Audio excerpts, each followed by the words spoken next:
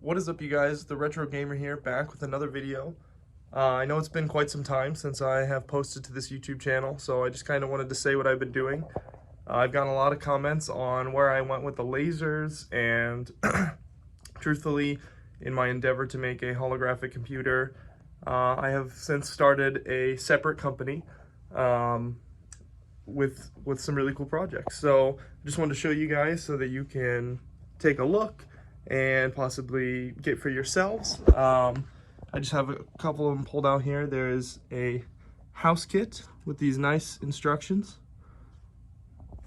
a spaceship kit with these nice instructions, a tree kit. All instructions were made to help relieve the frustration of soldering, and that's what all of these kits are. So obviously from my older videos, I am very young, 12, soldering and failing and struggling, and luckily I was able to learn from that and continue on with electronics, and now I'm so happy that I did that. So if you're in that stage and you would like to overcome the problems with soldering, then I recommend buying these kits. It's exactly what it's for.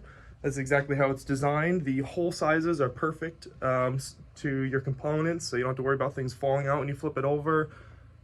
Things are spaced out so that you don't have to worry about solder joints potentially touching.